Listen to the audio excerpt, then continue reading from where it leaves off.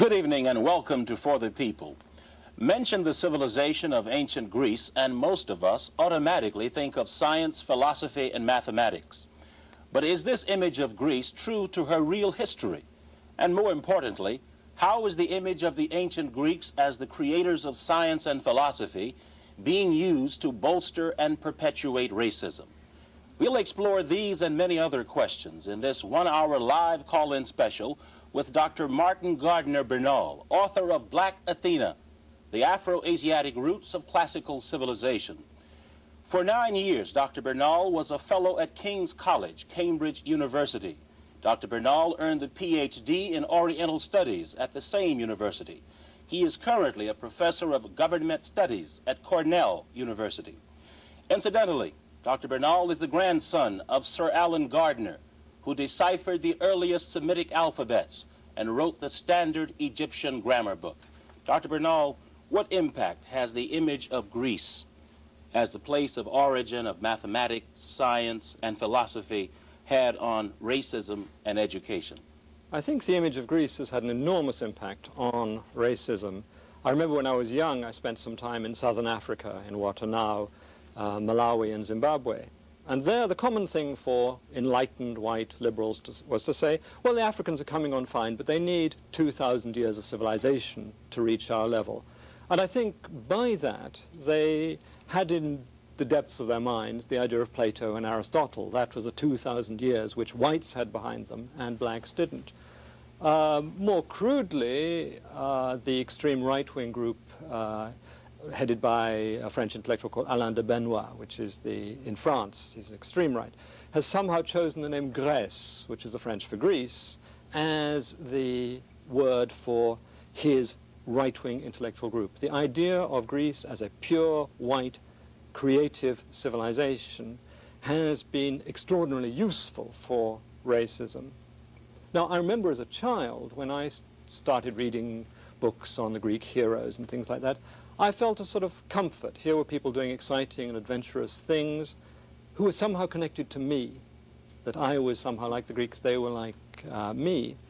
And the implication of all I read was that they were whites, looking more or less like I did.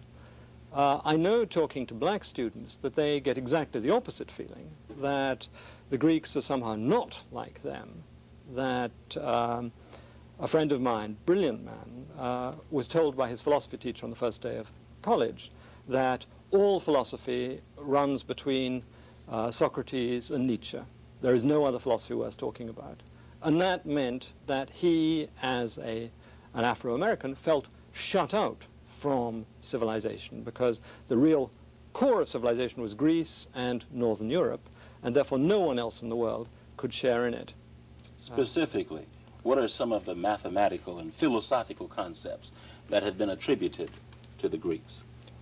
Well, the Greeks are supposed to have, I mean, in loose thinking, people say the Greeks were the first to make astronomical predictions, the first to make geometrical theorems, the first mechanics, a whole lot, the first doctors, a whole lot of scientific things, the first to invent metaphysics. Aristotle was the first to invent logic, a whole gamut of scientific and philosophical things are attributed to the Greeks as creators. And that seems to me exaggerated. I mean, I'm not in any way denying massive Greek achievements, but they came from the even more massive achievements of the Near Eastern civilizations, particularly Egypt. Okay, let's get to that later. How old is Greek civilization? Well, it's difficult to say when you begin it because, as Plato reported, Egyptian priests told Solon, the great legislator of Athens, that the Greeks always had to start again, that they had disasters which wiped them out and they had to start again. But I would say Greece began about, as we know, it began about 1600 BC.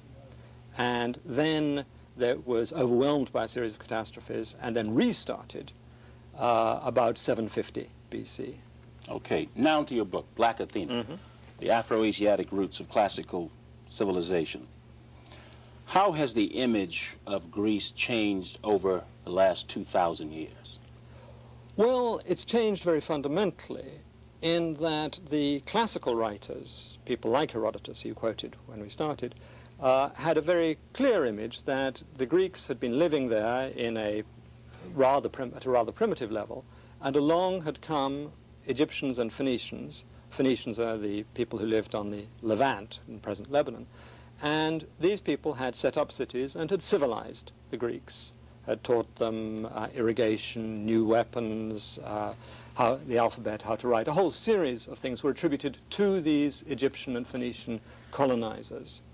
And then later Greeks were supposed to have gone to Egypt to study, to improve on their knowledge of Egyptian culture. So you have this double thing. You have the colonization in the Bronze Age, which we'd put in the middle of the second millennium, the millennium from 2000 to 1000 BC. And then you have in the first millennium BC, Greeks studying in Egypt and bringing back their wisdom or their learning to Greece. So you have sort of a two-tier system of borrowings by the Greeks from the Egyptians. Okay. But how has it changed over the... Well, sorry, back to the original thing. Okay, so you have the this idea which I've called the ancient model in my thing, which is Greece is the result of this two-tier borrowing from the Near East. Now that lasted amazingly long. It lasted until about 1800 AD.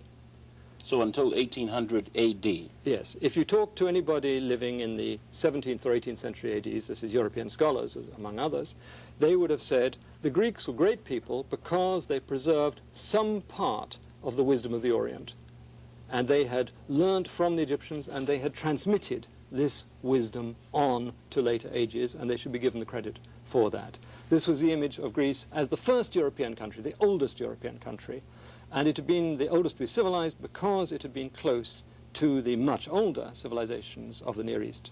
Okay, we want to examine how this change in image came about. So, but go ahead. Okay, well then you get an attack on this ancient model, particularly on the colonizing, but also on the idea of the Greek students, and a discrediting of all the ancient testimony saying that these things had taken place. So you get the irony that as the Greeks are being raised as the first creative people, the first artists, the first philosophers, the first mathematicians, you simultaneously get the Greeks as historians being denigrated because they couldn't... being put down. Being put down. They could not be trusted with their own history because they said that they had borrowed from the Egyptians. This is what the later scholars were saying. The later scholars said the Greeks were wonderful at everything except for history. Yeah. History they couldn't be trusted on. So you have this sort of, you attack the Greeks as historians as you build them up as everything else. So you have in the 1820s, which was a particularly conservative period, it was a period after the defeat of the French Revolution, you have a building up, an attack on the ancient model, and in the 1830s and 40s, you have a building up of what I call the Aryan model. Okay, let's get to that a little bit later. Okay, on. sure. How old is Egyptian civilization? Well, Egyptian civilization certainly goes back to the 4th millennium. That's the 3000s BC. So it is, 2,000 years older than Greek civilization. Specifically, what were some of the major achievements of Egypt when her population was primarily African? Well, her achievements were massive. I mean, first of all, the economic and social balance of this very large country, a prosperous country. Then you get the architectural triumphs, the very sophisticated mathematics required to back up this. You get very strong traditions indicating that a lot of Egyptian philosophy and Egyptian medicine was formed at a very early stage in Egyptian history. Okay, that is, you brought some slides with you. Yes. The question of who the Egyptians were, racially speaking. Could you address that, please? well, Egypt is in Africa, there's no question. Egypt is an African Now, you country. say Egypt is in Africa, but, I can talk to a lot of people and have talked to a lot of people. We went to Egypt. Oh, you went to the conference there? Yeah. In July. And someone asked, were you going to do something on African civilization? Well, why are you going to Egypt? I mean, they were honest. I've seen maps in which Egypt has been cut out of. All right. So it is a real consideration, subject, or concern, rather. But racially speaking, who were the ancient Egyptians? Well, I mean, they lived in Egypt. The language they spoke was a language which seems to have developed in Ethiopia and Kenya, part of the great Afro-Asiatic language family. And most of the formation of Egypt seems to have happened in Upper Egypt or on the Nubian frontier of Egypt or beyond. That Upper Egyptians unified the country, and it seems to have had a dominating role in various key periods of its history. The population were black, but that doesn't mean they look like West Africans. Some did, some didn't, but Africa, as the homeland of mankind, has more varied types than almost any other continent. But the Egyptian basic population was East African, but there were some Middle or West African types in the population. I mean, it's very difficult when it gets into the technicalities of it. And we're talking about what period? The early period? We're talking about the Old Kingdom and the Middle Kingdom. Which dates back to? The Old Kingdom dates back, well, there's controversy about this. I would accept the traditional date of 3,250 BC. All right. And that period, you get a higher proportion in the representations of people looking black by any Well, let's standard. go to the slides if you... Okay, well, in fact, the lady we have now, Queen Tai, who is the mother of the famous King Akhenaten, is in the New Kingdom. And I think I'd better bring out that there's been a tendency among Egyptologists when they see a black in ancient Egypt to say that's a servant, that's somebody low down in the social scale. This isn't true. It so happens that a large number of the most powerful dynasties originated in the south of the country and therefore were black. The first dynasty, as I mentioned, the 11th dynasty, which founded the Middle Kingdom, and the 12th dynasty, which was probably the greatest dynasty in Egyptian history, and the 18th dynasty, to which Queen Tai belongs. And she was a powerful... She was a powerful lady in her own right.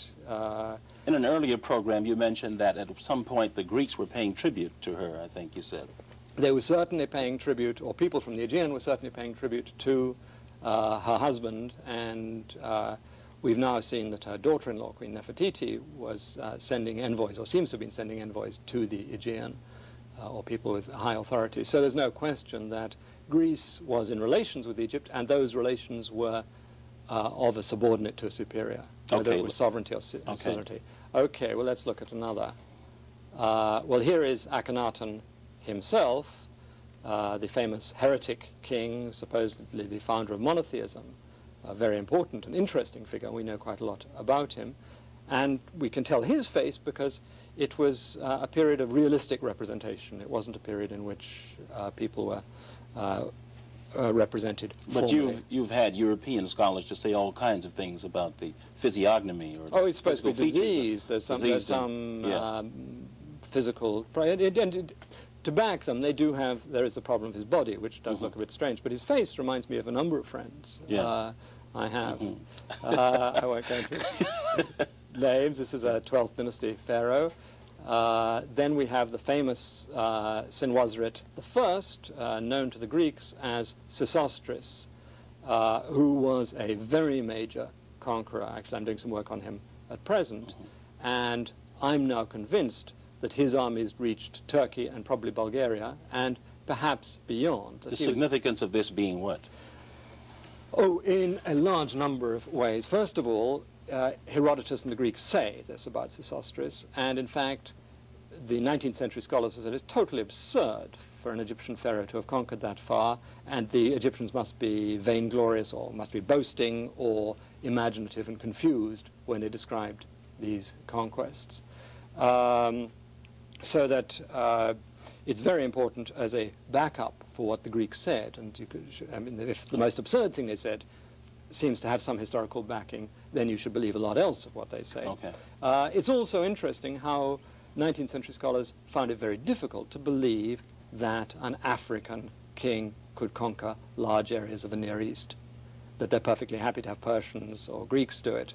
But for an African to do it is somehow What do you think is at the base of that, is at the bottom of that, the reason that the idea that an African is able to... Africans are inferior in so many ways in the white vision, but the two key ways are they're incapable of thought and philosophy, and the other way is that they're incapable of strong action. They're not manly in that way, and therefore the image of an African in the 19th and early 20th century was somebody who was essentially passive, both mentally and physically, and therefore the idea I mean, they had short spells of savagery, but sustained, organized conquests were believed to be beyond the capacity of Africans. And certainly when it came, maybe they could conquer each other, but they couldn't conquer non-African populations, that they were at the bottom of the hierarchy of human populations. Okay, any other? Yes, well, let's look at a few more. Here's his descendant, Senwosret III, in the same 12th dynasty. Here's just another Egyptian type, and you see the sort of mixed things with definite black, well, West African black characteristics. Here is a very interesting king, Mentuhotep, one of the main pharaohs of the 11th dynasty before Sesostris, and they seem to me to have established very close relations with Crete and with Cyprus, and to be represented in Greek mythology by the king Rhadamanthus, who was supposed to have brought law and order to a number of the Greek islands.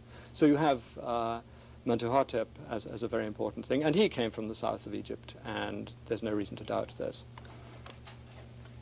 Okay, I think that's it. Now, what were, once again, some of the achievements of these African Egyptians? Well, it's difficult to know the extent. If you accept what the Greeks say about them, they were the founders of philosophy. The earliest Greek references to philosophy are to Egyptian philosophy. Now, of course, philosophy is a very slippery concept. You're not quite sure what you mean and what you don't mean by it. But certainly the Greek writers, and I see no reason why they should have boosted the Egyptians, accepted that they were the first philosophers. They were also considered as extraordinary astronomers. And the first Greek to forecast a solar eclipse, Thales, had traveled to Egypt. And there seems no reason to doubt that he had taken Egyptian observations. It takes about 400 years of observations to predict a solar eclipse. And you don't just do it off the top of your head. Even if it is a brilliant European head, you can't do that. So that you have, it's clear he was using data of a very sophisticated kind, which must have come from Egypt. Okay, now he didn't go to Mesopotamia. Now, let's try to get to the root of this thing. Outline for us, if you will, why, how, and under what circumstances did the Greeks get this new image as the creators of science, philosophy, etc.? Well, it's a complicated story, and it's taken a lot of pages to tell in my book. But the chief component is that the Greeks, by the middle of the 1700s, the 18th century, were being thought of as the childhood of Europe as a whole, Europe as a continent. And this was a period in which racism was growing enormously, and childhood was meant to represent the future of the child, and therefore later European civilization. And it was also a great period in belief of ethnicity and purity. And therefore Greece had to be a pure white country. And therefore there was considerable distaste for this notion of Egyptian conquest or Semitic conquest and later impact, that Greece had to be pure. It took them 70 years to free themselves of the classical authority that said otherwise. I mean, it was very difficult because there were so many classical sources that said, look, the Egyptians were here, and this explains that, and that explains this, that it made such sense. But yet you can feel the scholars and popular writers in Northern Europe in the late 18th century really under the strain of this image of Greece receiving its civilization from people who they now knew to be racially inferior. So you have this pressure. And in the 1820s, you get a systematic attempt by the new German scholarship just to disregard the Greeks as historians and to say it's not true, we can believe ourselves that the Greeks were pure Europeans, and and this, they had a great help from linguistics, which was showing in the 1820s and 1830s that Greek is fundamentally an Indo-European language. So you get the beginning of the idea that somehow Indo-European speakers, or Aryans, and they slipped very easily from language to race, had moved into Greece. But the only way they could imagine them moving into Greece was as conquerors. They couldn't imagine them having settled there as wandering tribes, or coming in some way that they knew, and of course they knew because European experience in the 18th and 19th century was of Europeans dominating all other peoples, and they projected that image back into the past. So you have this idea that the Greeks must have come into Greece from the north, just as the Germanic tribes had come into the Roman Empire at the end of the Roman Empire, or the Aryans had come into India there. But in both those cases, we know from history and legend that it actually happened. In the case of Greece, there was no evidence to suggest that northern tribes had invaded and conquered anybody at that stage. And this was a problem. Okay. But they decided just to do without it and rely on modern racial and linguistic science. Okay. So up until the early, what, 1800s? No, 1840s. 1840s. Yeah. Everybody was saying what about the origins of Greece? Oh, up until the 1820s, everybody was saying the Greeks were colonized and civilized by Egyptians and Phoenicians. Okay, then what happened, and who were the movers and shakers, to use a contemporary term? They were German and English scholars.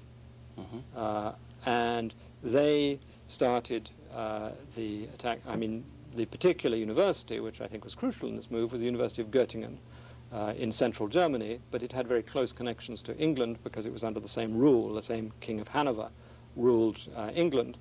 And this university really produced the scholarship which was able to overthrow the model. It was also the university to produce the first systematic racism, and it was a pioneering university at the end of the 18th century. You said that this university has served as the model for later universities. It was the first one in which you had separate departments with their own journals, developing their own jargons, and a seminar as a teaching technique, a whole series of things that's now become standard, certainly in America and over the rest of the world, started really in Göttingen and offshoots of Göttingen. What year are we talking about? We're talking about the development in Göttingen, 1770s, 1780s. It then became institutionalized in Prussia, that's the kingdom that formed the basis of Germany, in the 18-teens, 1820s. Okay. Yeah, so you have this. And so at the same time that you have the new scholarship saying that Greece is essentially a European country and was never affected by Egyptians, you have this being institutionalized by the gymnasium in Germany, which focused its attention on contemplating the Greeks. The Greeks had now become a miracle people. They had become a people who were poetic and had all the advantages of youth and epic poetry, the Greece of Homer, the Greece of vitality. At the same time, as the inventors of philosophy, they were supposed to have the advantages of maturity. So one people combined both sets of virtues, and they were white. And so it was a conscious effort by German educators to say contemplation of these perfect people would produce integrated human beings for a new non-revolutionary Germany. It was a very conscious way of avoiding the traumas that France had been through in the French Revolution by looking at the Greeks. And the same was taken up by the English public school system, and Dr. Arnold was very consciously working for the middle, to reform without revolution, using classics and Greece, but this classics had to be race, and a new thing to their history was scientific method, they called, which was using footnotes and things like that, but the new principle they was using, they called the ethnic principle, which was racism, and that was the core to the new historiography or writing of history in Northern Europe in the early 19th century. Okay, let's get to these two. Okay, let's get to these two models for the origins of Greek civilization. The ancient model, as you call it, which says what? The ancient model says that Egyptians and Phoenicians came, I mean, you read part of it, came to Greece, colonized it, and later generations of Greece went to Egypt and Phoenicia to study. So you have cultural influences coming in two ways, by the colonizers and then by the Greek students bringing back wisdom with them. And okay, and this later model from the early, 1800s? Early 1800s, the Says Aryan what? model says that Greece is the result of a conquest from the north of people we don't know about, but we call the pre-Hellenes, the pre-Hellenic people. All you know about the pre-Hellenic people is that they were white, that is, they were not Egyptians and they were not Semites, but at the same time, they were non-Indo-European speaking. Now that's essential because half the vocabulary of Greek is not Indo-European. Indo-European is a language family that includes nearly all the European languages and Iranian and North Indian languages. And this is a group of families that are clearly related to each other, and they have a lot of structure and a lot of vocabulary in common. Greek is an odd man out in the system. There's a lot else. Therefore, the new proponents of the Aryan model said the reason why there is so much that is not Greek, not Indo-European in Greek, is that the pre-Hellenes culture survived. And so that it was mixed linguistically but not mixed racially, that the pre-Hellenes had been white. So you got over the inevitable mixing of language, but the Greeks were seen as lily white, and marble helps. Okay, now this ancient African model for the origins of Greek civilization says what about the time of contact, that is, the Africans making contact with the Greeks? They say that the Egyptians and Phoenicians, I mean, they're different chronographies, as they call it, that is, different datings, arrived about 1580 BC, and other ones arrived later. But there were various settlements. When you come to the students going to Egypt, they start going in the 500s BC, the 6th century BC, maybe some bit earlier, and that's much more detailed. We have great, you know how Plato went or how Solon went and things like that to Egypt, and ancient historians said they studied with so and so, and there's quite a lot of detail about that. The stories of colonizations are much more muddy because they came from this earlier period, and there'd been a crisis between the early period and the later one. When the Africans in Egypt went to Greece, how were the people living in Greece? It's difficult to tell. The Greeks' own reports are that they were living in a very primitive way. They were living off acorns, is the common image given, which was accepted by 18th century historians. Archaeology doesn't tolerate that. Archaeology shows that Greece in the early Bronze Age had a fairly sophisticated society, a fairly prosperous society. That too, I think, had been influenced from the Near East. I think there's no doubt about it, but we can't track that down in terms of language. But the Middle Bronze Age was a very low period in Greek culture and was something like this. Okay, now, the proponents of the Aryan or white model for the origins of Greek civilization, who were they and what were their motivation? Well, they saw... I'm going to have to ask you about Professor Blumenbach. Well, Professor Blumenbach is a complicated case, but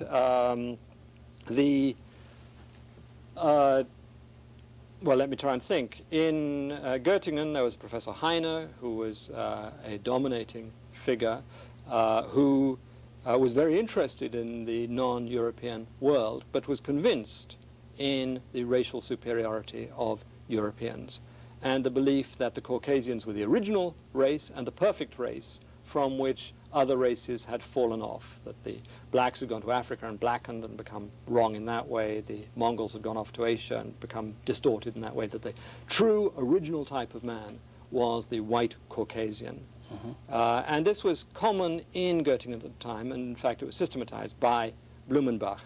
But other people like Meiners, a whole series of those scholars, were equally hierarchical in there. But Blumenbach is a very interesting case because he wrote the standard racial textbook, which was used for the next 100 years, talking about the three basic human races, the white, the black, and the yellow, and how the white was superior. But he had a very curious experience after having written this book and made his reputation, got his chair on the grounds of it. He was traveling in Switzerland when he suddenly encountered a beautiful black woman with whom he seems to have fallen in love. And you get a complete change in his personal attitude. And he starts saying, well, some blacks are intelligent, some blacks are worth it. And in fact, collected a few histories of blacks who had done well in Europe. But the impact he had was as the writer of his standard textbook, which tried to give anatomical backing to the racism and to say that skin color had something to do with moral and other physical attributes. I mean, the fact that he personally changed is very interesting for me, but it's not important. Okay, and he coined... He coined the word Caucasian, He used it in his third edition of his work in 1795. And the idea of the Caucasus being the home was partly because the Georgians were supposed to be models of white people, good Georgian, not the Georgians here, but the Georgians in Russia, or what's now Russia. Okay. But also because there was the idea of the sons of Japhet in the Bible, who were identified with the Aryans, had settled in that area. You know, the Ark was supposed to have landed on Mount Ararat, south of the Caucasus. Okay. And so you have that, whereas the sons of Ham went to Africa and the sons of Shem went to Mesopotamia and Asia. Well, you know, I have outlined how I want to handle this thing, this program. Sure. I'm already, they're telling me that we're getting calls from Washington, D.C. Oh, I see. And I have a whole lot of other questions I want to ask you. But I think we'll take a call from Washington. For the people, you're on the air. Hello. Isn't it true that the mystery of Helen of Troy has never really been solved in the respect that Troy has never been found? And the mystery of Agamemnon and the troops and so forth and the invasions has never really been solved. Why isn't it possible that that whole thing could have revolved around an African experience? Okay. Can you give us some background on that and answer the question, please? Well, I think the point of the question, as I understand it, was that sometimes Greek myths get it wrong. And therefore the fact that the Greeks say a thing happened doesn't necessarily make it so. Troy is a debatable subject. I think 90% of scholars would say that they have found the site of Troy. There's some difference on which Troy, there were 7 cities built one on top of another, was besieged by Agamemnon. And it's quite clear that the poets, the epic poems we have of Homer, include elements from a number of different periods, both before and after the time of the siege of Troy, about 1200 BC. I think the period of skepticism about the Trojan War is over. In the 1920s and 30s, you'd get a significant number of scholars who would say there was no Trojan War, it's all nonsense.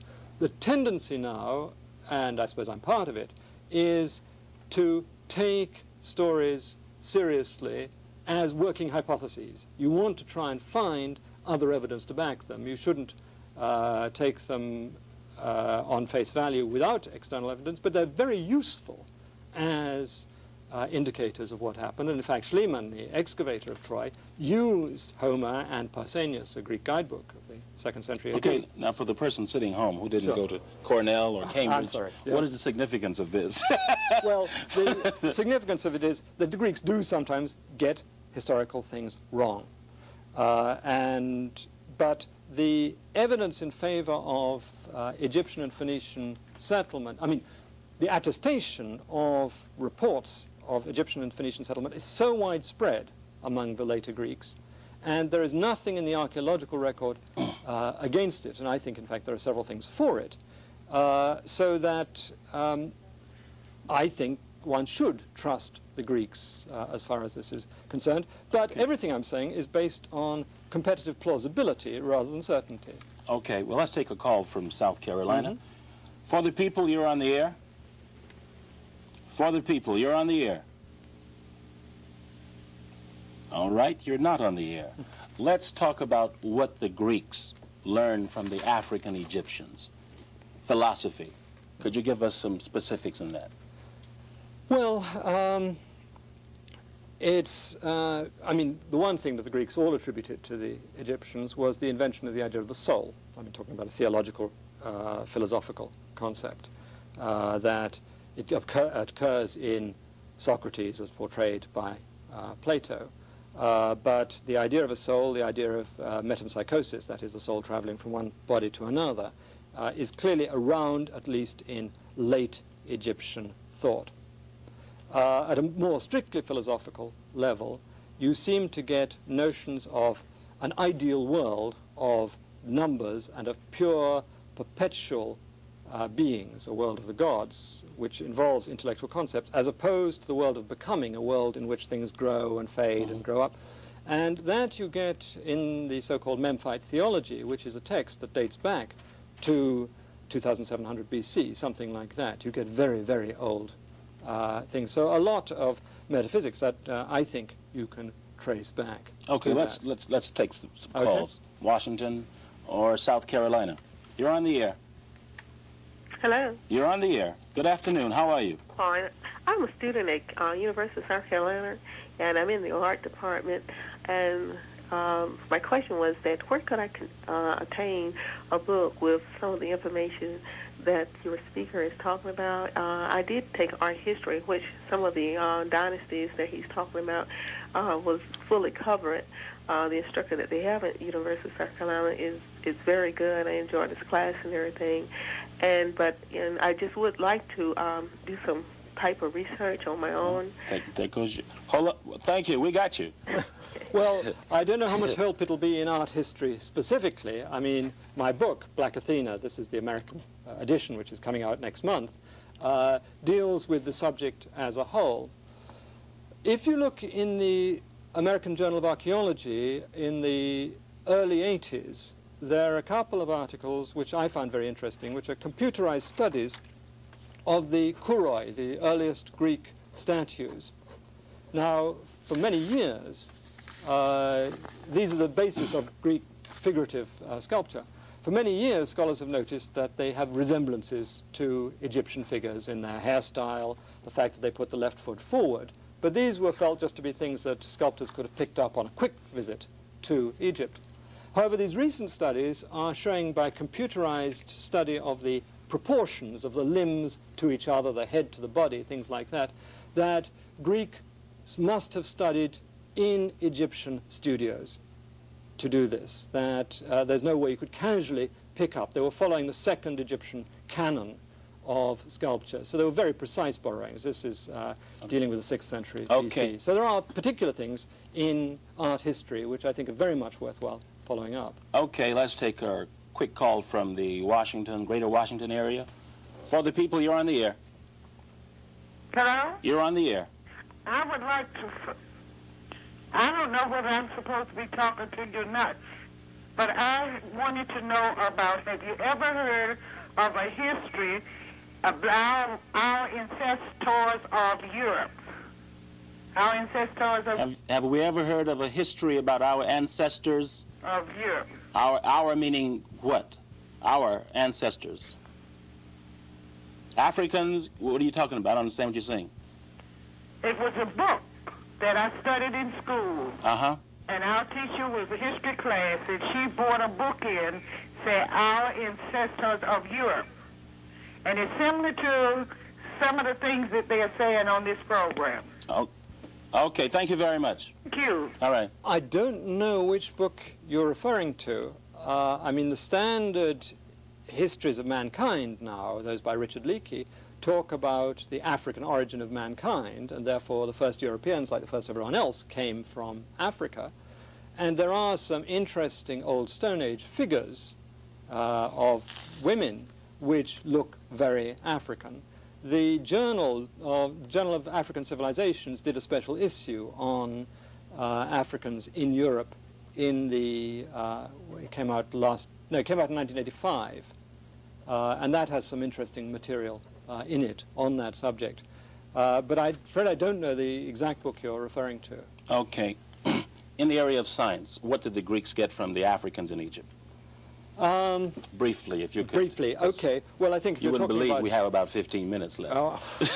Go ahead. Geometry, and I think Archimedes' screw, which is a mechanical way of raising water, that a whole lot of irrigation techniques seem to have come from Egypt.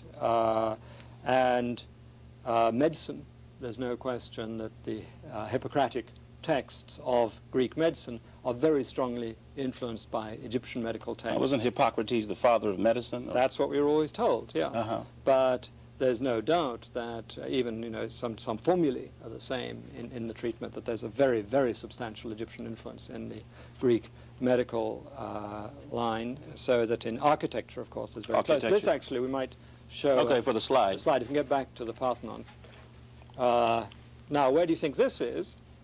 Actually, it comes from Saqqara in Egypt, beautiful fluted columns, which were built over 2,000 years before the Parthenon. And you get, that's a later style, but let's see if we can get back to those.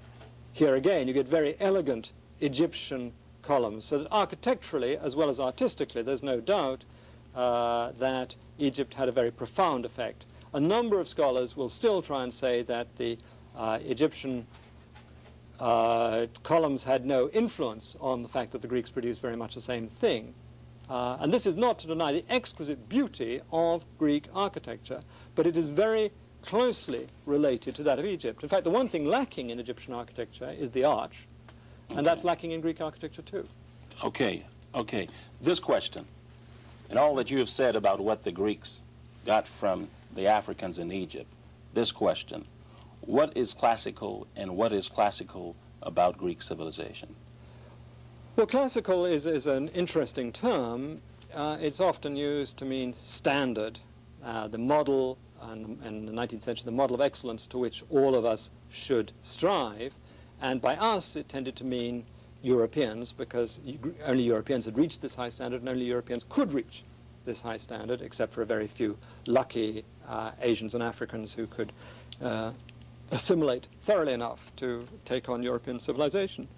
So that was the classical image. I've been using the term in the way it's used in history as the Greeks of the period from 500 to 300 BC, which is a high classical period from which most of the Greek literature we have comes, and most of the architecture, like the Parthenon, comes from this period. It's a high point of Greek civilization. It's then used for Rome in its high points. Okay, let's go back to a call from the greater Washington, D.C. area. For the people, you're on the air. Good evening. Hello.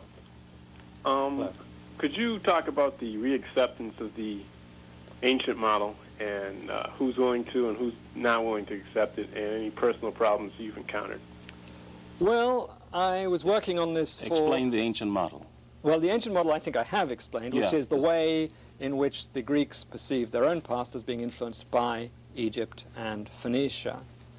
And for 9 years, I was more or less on my own, although I got some support from the black community on this.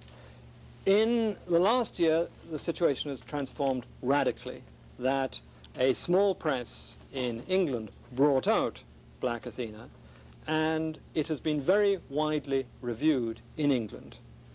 And a surprising number of the reviews have been favorable, and none, except for one Trotskyist paper, which said I wasn't Marxist enough, have been unfavorable. Okay, let me break in there. You said that you got support from scholars in the black community. I think it should be said that there were a number of scholars, black scholars, who were out there years ago. Oh, yes. Right. That, I'm sorry, they weren't using the term ancient model, but they knew what was going on. And, of course, Dr. James... George E.M. James. George E.M. James was really the pioneer of the influences on classical Greece. Okay. But his book was not accepted. What's interesting from my point of view is that I was working on this subject for 6 years before I realized the work that had been done by black scholars in this area, that they had been shut out of the mainstream to such an extent, I just had no idea what was going on. You tried to get George E.M. James' book, Stolen Legacy, in Cornell Library, and what happened? Well, I knew that they wouldn't buy it, that they couldn't get, so I gave them a copy, and nothing happened. I wanted it because I wanted to set it for my students, put it on reserve for my students. Nothing happened, it had disappeared. So I gave them another copy. They're quite hard to get, but I got another, and I gave it to them. And this time, they didn't put it in the main library or in the main undergraduate library. They put it in a branch library of Cornell, that it was not considered a standard book in that way. Now, it's true, it's not the best produced book in the world, but it's got extraordinarily valuable content, and I don't think books should be treated in that way. Okay, let me cut you. Let's take a call from the greater Washington, D.C. area. For the people, you're on the air. Hello? You're on the air from South Carolina. You're on the air. Hello, how are you today? Fine. How are you? Okay, I have a question. I think that Dr. Bernal, Make it short, sir, please. We are running out of time. along with Drs. James, Hansberry, and Diop, have established the blackness of the early Ethiopians. My question is concerning the term Semites. It has been my understanding that the Phoenicians and the Babylonians were derived from earlier Ethiopian colonies in what is now called the part of Asia. I'm wondering if Dr. Bernal would discuss that. Well, Just briefly. Okay. Go ahead. Semitic is a linguistic, not a racial term. Herodotus, I think, is a tradition that you're basing yourself on, does say that the Phoenicians came from the Red Sea area to the south. My belief is that the language family came from Ethiopia. And here, I'm a minority, but a substantial minority of Semitic scholars accept this. So that linguistically, there's very little doubt that the Semitic languages came from Africa. To what extent the population was African is much more dubious, but there were massive cultural borrowings with the language, so that in some ways Semitic speakers were African, and of course later Phoenicia was very dependent on Egypt and was heavily Egyptianized. Okay, let's take a call from South Carolina. For the people, you're on the air. Good afternoon. My question is the following. We have had literally millions and millions of black people growing up in this country and around the world believing that we have contributed nothing to humanity, that our whole race of people has basically been a drain on the whole human race, and we have done nothing with regard to progressing the human race. Conversely, we've obviously had millions and millions of white people growing up for generations believing just the opposite about their own history, that they are in fact the center of civilization and that everything that happened on the world of value happened because of Europeans. My question is, how do we, now that this information is really becoming, is reaching the light, how do we get it to the mainstream so that yet another generation of black people will not have to grow up the way we grew up in total ignorance of our history? How do we get it into the schools and into the minds of the millions of black people who need this for our own self-respect and self-dignity? Thank you, ma'am. Take care. I think that's a very important question, but I'm not sure if I'm the person who should answer it, that I'm doing what I can to present the results of my research as widely as I can, but I think it is for the educators and for the black community to take up this work and to continue the research, but more important than that even is to get the word out. Okay, let's take a call from the greater Washington, D.C. area. For the people, you're on the air. For the people, you're on the air. Hello? You're on the air. How are you? Fine. Okay. Not from the Washington area. I'm calling from Charleston. That's just fine. I'd like to refer to the work of Dr. Arthur Jensen, Okay, just briefly, please. who purports that, blacks are genetically inferior as far as intelligence is concerned. And I've heard a lot of information through this show to the contrary. And I'd like to know what the doctor there thinks about Dr. Jensen's study. Okay, thank you very much. Well, I can't speak for myself because I'm not a biologist, but every biologist I know or have read or talked to thinks it's rubbish. So I don't think it should be treated seriously in that way. Yeah. Right now in this country, we have something that's called Black History Month. Your book says that the absence of black history can be attributed to a conscious, deliberate effort to write blacks out of history. Well, Or I what? think it's a more complicated process than that. If blacks were being maltreated so abominably, they couldn't be full human beings. And so Christians couldn't treat full human beings the way that whites were treating blacks. And therefore you had to remove the humanity from blacks in all dimensions. Now, all populations have a certain amount of antipathy towards other populations and dislike of people with different appearances. But the degree of racism that has grown up in Europe since the 17th century and since the beginning of the slave trade is completely out of proportion to this normal human feeling. And therefore, these people genuinely believed that if the Greeks said Africans had done positive things, they must be mistaken. It was a application of a systematic belief that the African was incapable of civilization, that you then had to apply this to Greek history and say, Greek history can't be the way the Greeks told it because it's unscientific. While at the same time, these same people were dehumanizing the Africans and enslaving them. Right. Okay. When you consider the implications of your book, what would you say to the black student and the white student who is assuming that because he or she is going to the University of South Carolina or Howard University or Cornell University, that he or she is getting a good education? Well, in many ways they are getting good educations. I don't want to knock the whole university system, but on this issue, I think they're being very fundamentally misled. But one of the encouraging things I've had... But doesn't this issue carry over into psychology? That's true. Actually, I'm sociology? Go ahead. Yeah, all right. This is a particularly acute issue. But, no, of course, and I think that black and white students should be very wary in this area, that racism does seep into every pore of our society. It's such an important aspect of it that you should be wary and look out for it. And even people like me who consider myself anti-racist, I know I have racist components to my thought and feelings. I mean, it's just inevitable. You can't breathe the Northern European American air without getting it in. It's there. And so I think students should be extraordinarily careful when they study these things, particularly in ancient history. But I've been encouraged by the number of classicists, particularly young classicists, who've written to me saying, you're expressing what I've been feeling. So I think at the center of research there is now a move towards a recognition, first of all, of the Phoenician component to Greek civilization. I think it'll take stages, but from that I think it's following through. And the positive response I've had to my book in England, of course I'm keeping my fingers crossed about the response to it here, but leads me to believe the time is ripe for a fundamental shift of attitudes on this particular issue. I'm not saying racism is over, but I think on this particular point, it's weakening. Let's take a call from the greater Washington, D.C. area. For the people, you're on the air. Yes, that's one question. I'd like to congratulate you on a great series. I'm calling from Howard University. Okay, thank you. South Carolina Television is going to put together a dramatic series based on this kind of book. So we could see, instead of the old kind of Cleopatra and Antony and Cleopatra, we could see a real African-type Cleopatra, so our young people can see what really happened. I think that would be a benefit to a lot.